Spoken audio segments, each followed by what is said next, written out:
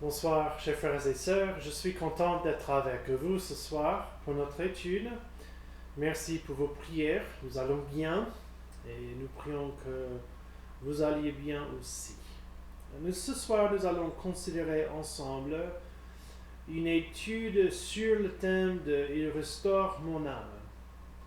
La dernière fois que j'ai enseigné, on a vu que dans cette vie, pendant cette vie, nous avons une lutte énorme et continuelle contre la chair. Et ce fait-là, la signification c'est quoi? C'est que nous péchons souvent. Quotidiennement, nous avons des chutes, soit dans ce que nous disons, soit ce que nous faisons, nos pensées, nos attitudes. On a des chutes qui arrivent et ça soulève une question. Qu'est-ce que nous faisons quand nous avons une chute dans la vie spirituelle? Et je voulais ce soir juste parler dans le pratique et selon la Bible, qu'est-ce que nous faisons quand nous avons une chute spirituelle, quand nous péchons contre Dieu? Et ça devient même plus difficile quand nous péchons d'une manière exprès. C'est-à-dire, on savait qu'il faut pas répondre avec la colère. Par exemple, nous savons qu'il ne faut pas faire telle et telle chose, mais nous l'avons fait. Quel est l'enseignement biblique pour nous pour qu'on soit restauré ou que Dieu restaure nos âmes à nous? Donc, on va d'abord juste lire le passage que nous avons vu, la réalité du péché. Nous avons vu que pendant cette vie, les chutes sont inévitables, car la chair a des désirs contraires à ceux de l'esprit, et l'esprit en a de contraires à ceux de la chair. Ils sont opposés entre eux afin que ne fassiez point ce que vous voudriez. Voici le problème. Et nous avons maintenant, la question c'est pas j'ai des regrets, j'aurais pas faire, ça c'est vrai, mais c'est notre réponse à la chute. Il faut mettre notre attention à nos réponses. Et la première chose à noter, c'est que nous avons des réponses naturelles aux chutes. Tous les êtres humains répondent d'une manière naturelle à leurs fautes. Et quelles sont certaines de ces réponses? Ce n'est pas exhaustif, mais je voulais juste parler de ces choses. Nous avons la dissimulation. Comme Géasi, serviteur d'Élisée, 2 Rois 5, il ne voulait pas dire ce qu'il a fait. Il dissimule. On essaie de couvrir, de cacher nos péchés. Et ça, c'est naturel.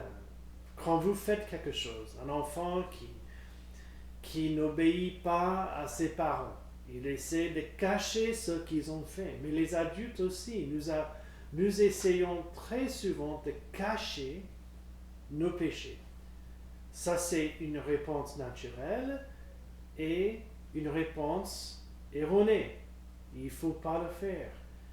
Il faut lutter, il faut trouver des stratégies pour dire non, je ne vais pas cacher mes fautes. Et ça arrive très souvent dans l'église et dans la famille. Dans l'église, on arrive dimanche ou à une autre réunion, on est tous souriants, on ne partage pas trop nos luttes ni nos chutes. Et pourquoi? Parce qu'on a crainte. On a peur de ce que les autres vont penser à nous. Même dans la famille, on cache des choses, on ne veut pas, si on est marié, on ne veut pas que l'époux ou que l'épouse voient ce qu'on fasse. Ou les parents ne veulent pas trop que les enfants savent ce qu'ils font. Ou l'inverse. Il ne faut pas dissimuler quand nous avons des chutes. Deuxième, on a la répression. David, quand il parle des nuits, et il a eu des troubles à l'intérieur de lui-même, émotionnels, parce qu'il ne voulait pas reconnaître, confesser ses péchés. Et vous avez vécu ça, j'imagine, vous faites quelque chose, vous savez qu'il ne fallait pas faire, mais vous ne voulez pas partager, confesser, donc vous gardez à l'intérieur, vous mettez la pression sur pour cacher à l'intérieur, et ça crée un trouble énorme dans l'âme. C'est une réponse naturelle, mais il ne faut pas le faire. Éloignement. Nous faisons quelque chose contre Dieu, nous savons qu'il ne fallait pas faire, et qu'est-ce que nous faisons? Je m'éloigne un peu de Dieu, je prie plus parce que franchement j'ai honte d'aller devant Dieu, je veux pas vraiment aller à l'église, être avec les autres, prendre la Sainte Seine, prier avec les autres, chanter avec les autres. Non, je sais que j'ai fait du mal. Et franchement, j'ai honte. Il y a quelque chose qui m'oppose d'y aller être avec Dieu. Attention. C'est à ce moment-là qu'il faut aller devant Dieu. Parce que le plus qu'on permette qu'on a la distance entre nous et Dieu, le plus que notre chute, notre péché, crée des problèmes spirituels pour nous, mais aussi pour ceux qui sont autour de nous. Et on peut voir Pierre. Et alors, il a des chutes, il nie le Seigneur. Je vais aller faire le pêche. Et il prend les autres avec lui. Et c'est Jésus qui doit le chercher pour rétablir, pour restaurer son âme. Donc, attention à l'éloignement après un péché. Traiter à la légère. J'ai du mal à trouver un exemple biblique. Il y a quelque chose dans ma tête, la mémoire, mais je ne peux pas trouver le passage. Mais on a cette tentation aussi. Oh oui, j'ai fait quelque chose, mais c'est pas grave. C'est petit. C'est un petit péché, un petit mensonge blanc. Attention, parce que maintenant nous commençons à faire quelque chose, à traiter à la légère un péché, et ça blesse notre conscience. Et c'est pas une bonne réponse, même si c'est naturel, c'est pas une bonne réponse à nos chutes. L'accusation ou l'excuse. On veut accuser les autres comme Aaron. C'est leur faute. Ils voulaient avoir un Dieu. Bon, j'ai mis l'or dans le feu et voici un bœuf. Hein? Oui, nous connaissons tous cette tentation. On tombe dans la colère, c'est la faute de quelqu'un qui m'a provoqué. On a des pensées impures, c'est la faute de telle et telle personne qui a agi d'une manière qui n'était pas pure. On triche, c'est la faute des profs qui ne donnent pas suffisamment de temps pour préparer, blablabla. On trouve toujours une raison pour se justifier, soit en donnant des excuses ou en accusant les autres. Mais c'est une réponse naturelle, mais ce n'est pas une réponse biblique qui va restaurer nos âmes. Dernière, c'est la pénitence, comme Judas. Il arrive un moment où nous savons on ne peut plus dissimuler, on ne peut plus répresser notre honte, notre culpabilité. On ne veut plus s'éloigner de Dieu.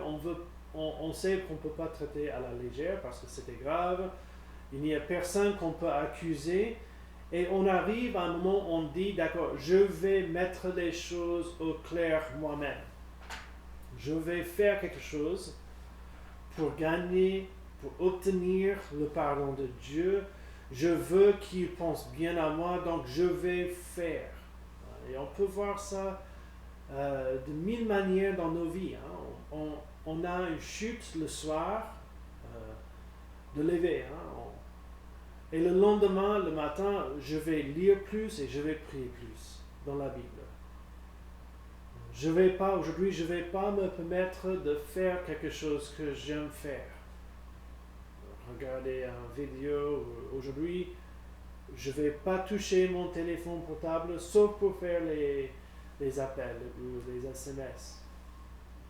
Ou on dit, je ne vais pas manger aujourd'hui, je vais jeûner parce que j'ai vraiment, vraiment fait mal hier. Attention, il se peut qu'on doit dire pas de téléphone portable aujourd'hui, mais pas pour gagner, pas pour faire la pénitence, mais pour nous permettre d'avoir plus de temps peut-être avec Dieu. Et c'est bien de prier plus, mais si on a cette idée, j'ai fait mal aujourd'hui, je dois prier pour effacer un peu cette mal, non. Et pourquoi non? Parce que l'enseignement de la Bible, c'est pas qu'on agit, c'est pas qu'on fait des choses pour obtenir le pardon, pour gagner le pardon, pour mériter que Dieu dit, d'accord, je vais couvrir ça. Non, ça c'est la méritocratie, c'est pas la grâce. Et c'est pourquoi je voulais qu'on passe à un passage très important pour nous tous et très connu. C'est dans 1 Jean chapitre 1.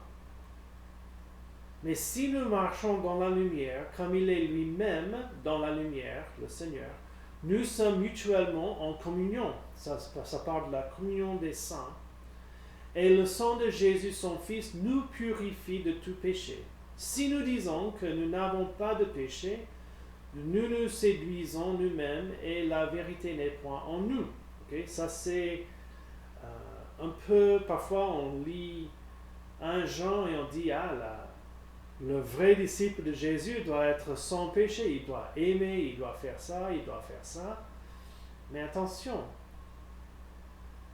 si nous confessons nos péchés, il est fidèle et juste pour nous les pardonner et pour nous purifier de toute iniquité. Si nous disons que nous n'avons pas péché, nous le faisons menteur et sa parole n'est point en nous. Attention, l'enseignement d'un Jean, ce n'est pas la perfection. Nous voulons juste noter quelque chose ici, d'accord? Jean souligne le fait que le péché est un fait lamentable de la vie chrétienne.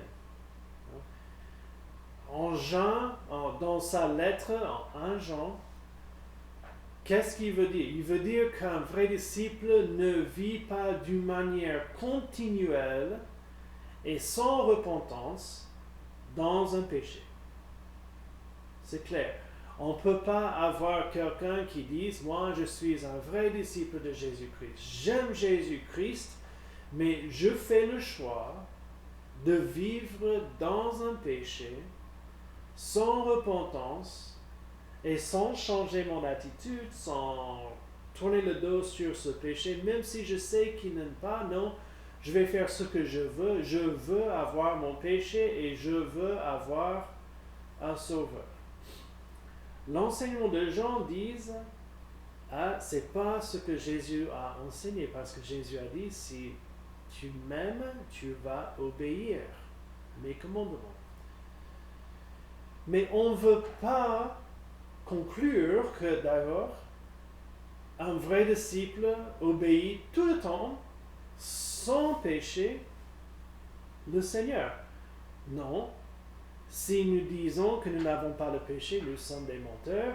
Et quand nous péchons, nous avons quelque chose.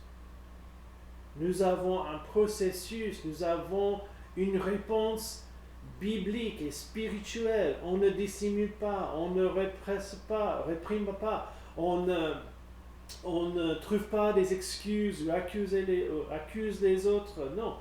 Qu'est-ce qu'on fait? On fait ce que Jean dit ici. Jean affirme que la correcte réponse au péché, c'est la confession. si nous confessons nos péchés. Confesser, c'est quoi? C'est céder qu'un fait est vrai. On se met d'accord avec quelqu'un. Oui, je confesse. Mais on cède quoi?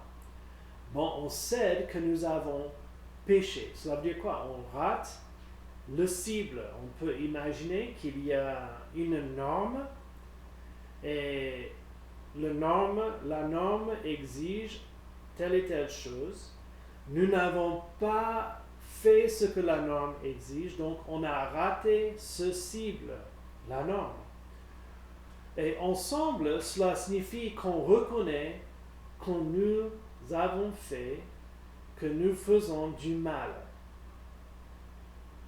Quand Jean parle de confesser le péché, cela veut dire que nous disons quoi?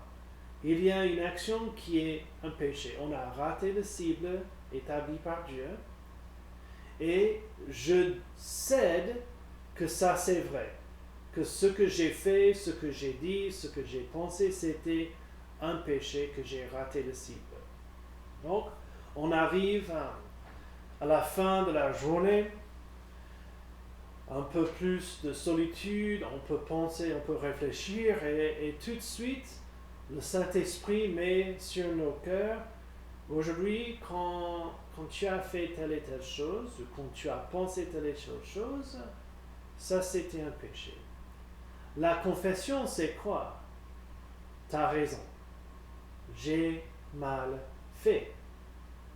Bon, la correcte réponse à une chute, à un péché dans nos vies, c'est de confesser que nous avons fait du mal. C'est de céder que ça c'est vrai, d'admettre que j'ai pas fait bien, que tu as raison, Dieu. Ça, c'est ce que nous devons faire selon Jean. Et ce qui est intéressant, c'est que Jean encourage la confession du péché par le caractère de Dieu. Pourquoi avons-nous cette tentation de répondre d'une manière naturelle, soit de cacher, soit de ne pas révéler aux autres, de trouver des excuses, de faire quelque chose pour obtenir la pardon? C'est parce que nous ne connaissons pas Dieu. Nous avons une idée de Dieu qui n'est pas juste, qu'il est sévère, qui va nous traiter avec duresse et vérité. Il ne va pas faire ce qui est bon pour nous. Mais regardez dans vos Bibles, 1 Jean chapitre 1, le verset 9. Il est juste et fidèle pour vous pardonner. Ça touche sur deux choses qui sont très importantes. D'abord, le pardon en réponse à la confession, ça touche sur la justice. C'est une question de la justice. Gardez ça dans nos cœurs. Quand nous nous approchons à Dieu pour dire, Dieu, tu as raison. Ce que j'ai fait, c'est mauvais. J'ai choisi de faire la mauvaise chose. J'ai poursuivi le péché et franchement, je suis désolé, navré par mon choix. Maintenant, Dieu est exigé par la justice pour dire, je te pardonne. Et la justice, c'est quoi? C'est déterminé par son caractère. Dieu, par nature, est un Dieu qui veut pardonner. En fait, le pardon, c'est une question de justice pour Dieu. Et ça doit nous aider parce que quand nous venons à Dieu, nous confessons même, il y a toujours cette question, est-ce qu'il m'a vraiment pardonné? Parce que nous avons toujours la culpabilité et peut-être notre conscience nous blâme. Et même des années après, on a un souvenir de quelque chose qu'on a fait, peut-être c'était assez grave. Et tout de suite avec le souvenir vient la culpabilité et la honte, et on est troublé dedans. Est-ce que Dieu me pardonne? Comment peut-il me pardonner? Parce que je savais ce que je faisais. Attention, Dieu est juste. Et ça met notre confession dans un autre domaine. Pas pour gagner quelque chose. En fait, c'est le canal, c'est le conduit, c'est le tuyau par lequel la confession est donnée. C'est par la confession de nos péchés. C'est une question de justice pour Dieu. Mais aussi, c'est une question de fidélité. Notre Dieu a dit qu'il veut pardonner. C'est son désir tout au long de l'Ancien Testament. Et on arrive à l'apogée de cette communication de son désir de pardonner quand Jésus arrive, son Fils unique, est envoyé par Dieu lui-même pour obtenir ce pardon. Et il y a une question de fidélité. Si nous confessons, Dieu doit pardonner pour rester fidèle. Et est-ce que Dieu est-il fidèle? Oui, Dieu est fidèle. Tout au long de la Bible, Dieu se présente comme un être qui est fidèle à sa parole. Il tient toujours sa parole. Il ne mentit jamais. En fait, la Bible dit que c'est pas même possible. Et voilà quelque chose qui doit faire les pensées tourner. Il y a quelque chose que Dieu ne peut pas faire. C'est quoi? Il ne peut pas aller à l'encontre de son caractère. Il ne peut pas être un menteur. Il ne peut pas être injuste. Et nous avons ici un encouragement énorme. Imaginez, peut-être c'est pas très difficile, mais trouvez un péché dans votre vie. Peut-être c'est pas un péché grave, mais c'est un péché qui arrive quotidiennement.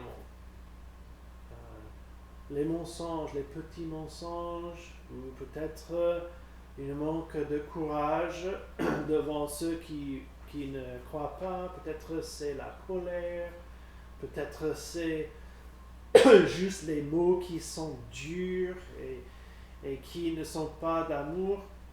Et vous savez, en fait, vous avez le désir depuis longtemps de ne plus faire, mais ça arrive. Et vous arrivez à un moment où vous êtes très découragé. Dieu va-t-il me pardonner encore une fois? Ça fait maintenant même des années que je lutte avec certains péchés. Oui, Dieu est juste et Dieu est fidèle si nous confessons. Jean encourage la confession du péché par le caractère de Dieu. Jean encourage la confession du péché en mettant l'attention sur l'œuvre de Dieu en réponse. Et ici, il faut faire attention, parce que nous mettons trop d'attention sur nos sentiments. Comment je me sens? Je ne me sens pas trop pardonné. D'accord? C'est quoi le sentiment d'être pardonné? Il faut croire. Parce qu'il dit, il est juste et fidèle de nous pardonner. C'est quoi pardonner? C'est de couvrir, d'effacer. Maintenant, il n'y pense plus. Pour Dieu, c'est pourquoi on peut dire, c'est comme il a mis nos péchés, l'Est et l'Ouest, ils ne sont pas suffisamment loin l'un l'autre pour décrire la distance entre Dieu et nous et nos péchés. Ou il peut dire, il est mis dans la profondeur de la mer, de l'océan. Il y a ces images qui doivent nous aider. Quand nous confessons Dieu, nos péchés, il fait quelque chose. Il nous pardonne. C'est couvert, c'est fini. Maintenant, il n'y pense plus. Et il fait quelque chose d'autre. Parce que très souvent, une fois que nous sommes arrivés à une vision de nos péchés, nous avons une honte énorme. Nos sentiments de culpabilité, c'est profond. Et c'est difficile. Nous nous sentons un peu impurs, peut-être beaucoup impurs.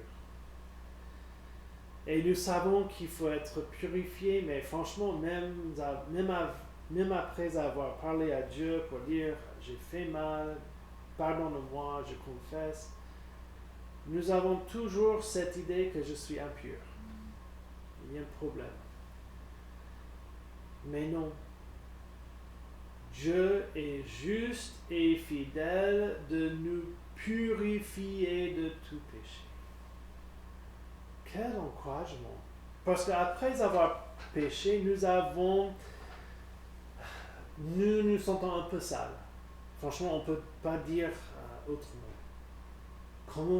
Comment aller devant Dieu, comment aller devant l'église, comment aller devant un frère ou une sœur en Christ? Je suis impur. Et Dieu dit non, confessez et vous allez recevoir le pardon et la purification. Et il faut le croire. Jean encourage, c'est la troisième chose que je veux noter, c'est un passage, une partie qu'on n'a pas lue, mais c'est le début du chapitre 2. Jean encourage la confession du péché en soulignant l'efficacité de Jésus. Et si nous péchons, nous avons un avocat avec le Père. Son ministère présent. Ce qu'il fait maintenant, c'est qu'il est notre avocat. Et nous avons peut-être une illustration qui vient de Zacharie. On a Josué peut-être plutôt, Josué qui est devant Dieu et qui est sale. Et l'avocat dit non, enlève ses vêtements, ses habits qui sont sales et mettez ses vêtements qui sont purs. C'est le chapitre 3. Et non, on dit que ça c'est une image de notre justification par la foi. C'est vrai, mais aussi c'est une image de ce que Dieu est en train de faire tout le temps avec notre confession. Ah oui, vous avez fait encore une fois un péché, vous êtes sale, d'accord, enlève ces trucs et mets ce qui est pur. On a un avocat. Jésus dit non, il porte mes vêtements, ma justice. Il appartient à moi, il est un vrai disciple, il est couvert par mon sang. Il est efficace en tant qu'avocat. Et pourquoi? Parce qu'il est le juste. Et quelle beauté. Quand nous avons vraiment la culpabilité et la honte qui pèsent sur nos épaules, nous arrivons à un moment et nous ne voulons plus nier, plus dissimuler, plus trouver les autres pour accuser, blâmer. Et nous arrivons devant Dieu et nous disons, moi je suis sale. Je suis un chrétien, une chrétienne depuis longtemps. Je sais ce que tu dis, mais je ne fais pas. Quel est notre encouragement? C'est la justice et la fidélité de Dieu, oui, mais aussi c'est l'efficacité de notre Seigneur Jésus qui est notre Sauveur. Il est notre avocat. Il est pour nous. Et aussi, il est celui qui est juste. Pourquoi ça c'est important? J'avais un ami une fois, lui il était très troublé parce qu'il dit, pourquoi il met l'accent sur Jésus le juste?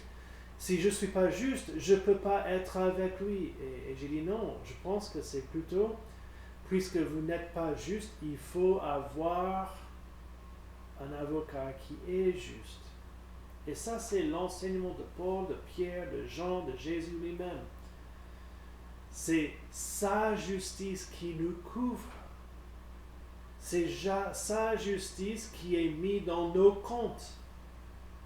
Et quand le Père nous regarde et nous disons, on a fait du mal, on confesse en Jésus, pardonne-nous. Et lui, il dit, ce que je vois, c'est la justice de mon Fils unique et bien-aimé. Quel soulagement! Et c'est là que nous trouvons que Dieu nous restaure. Il restaure nos âmes. Juste maintenant, la confession. On a parlé de la confession. Ça consiste de quoi? Ça consiste de la foi que Dieu a le droit de définir pour nous ce qui est bon et ce qui n'est pas bon. On ne confesse pas ce qu'on pense et ok, c'est d'accord, c'est bon ce que j'ai fait. Pour confesser, nous devons accepter que Dieu a le droit de définir ce qui est bon et ce qui n'est pas bon pour nous. Et ça va à l'encontre de notre société qui veut dire, nous avons le droit de définir ce qui est bon et n'est pas bon. Ça peut changer, ça peut être différent pour ces personnes-là, entre les cultures, entre les familles. Chacun a le droit de faire ce qu'il juge d'être bon. Et on revient au temps des juges. Et nous voyons maintenant la violence, les mensonges, toutes ces choses, tout comme le temps, l'époque des juges dans la Bible. On ne peut pas confesser si on n'accepte pas que Dieu a le droit de définir ce qui est juste et injuste. Deuxième chose, la foi, la confession. Quand on confesse, on a la foi que Dieu a le droit de définir pour nous ce qui est bon et ce qui n'est pas bon. On a aussi la foi que Dieu pardonne ceux qui confessent. Nous sommes un peu comme la personne devant une déclaration affichée sur un mur. Si vous venez et confessez votre crime, vous allez être pardonné. Attention, maintenant, il faut croire. Parce qu'on peut raisonner dans nos têtes, ah non, c'est un piège. C'est juste pour que je vienne après, quand j'arrive, je confesse, ils vont me mettre dans la prison. Mais on a un choix, parce que lorsque nous ne confessons pas, nous restons hors de la loi et condamnés par la loi. Mais quand nous venons par la foi et nous confessons nos péchés, nous disons, je mets ma confiance en toi, que tu vas faire ce que tu as dit, que tu es juste et fidèle. Et une fois qu'on fait ça, nous arrivons plus d'être hors de la loi, mais maintenant on est sous la loi, on est accepté dans la communauté, la communion avec Dieu, tout est effacé et nous avons de nouveau une citoyenneté qui est légale et en bon standing avec la loi. C'est encore la foi, mais aussi c'est la détermination d'abandonner ce qu'on juge être mauvais selon Dieu. On dit que ça c'est la repentance. Qu'est-ce que je veux dire? Si je dis, je sais que Dieu, tu condamnes cette activité, ou cette pensée, ou cette attitude, et je crois que c'est pas bon, je veux être pardonné pour ça, il y a inclus dans cette confession, cette foi, l'idée que je ne veux plus être là.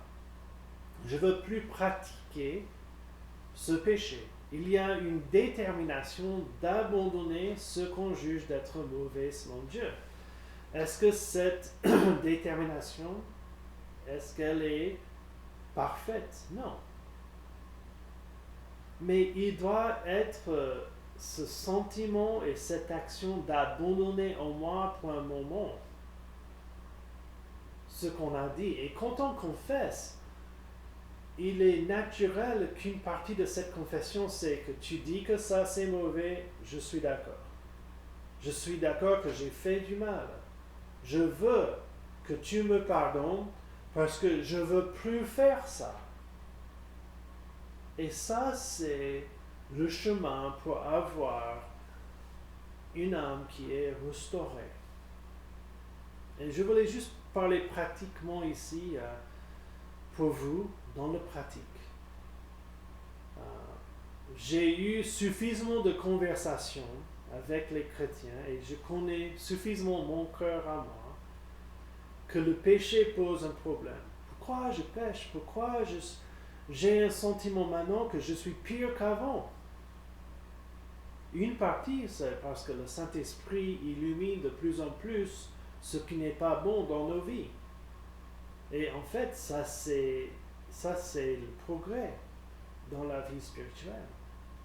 Le plus qu'on connaît Dieu, le plus qu'on voit que nous sommes très loin de Dieu. C'est normal. La question n'est pas est-ce que je vais pécher? Non, la question c'est toujours qu'est-ce que je vais faire une fois que je pêche.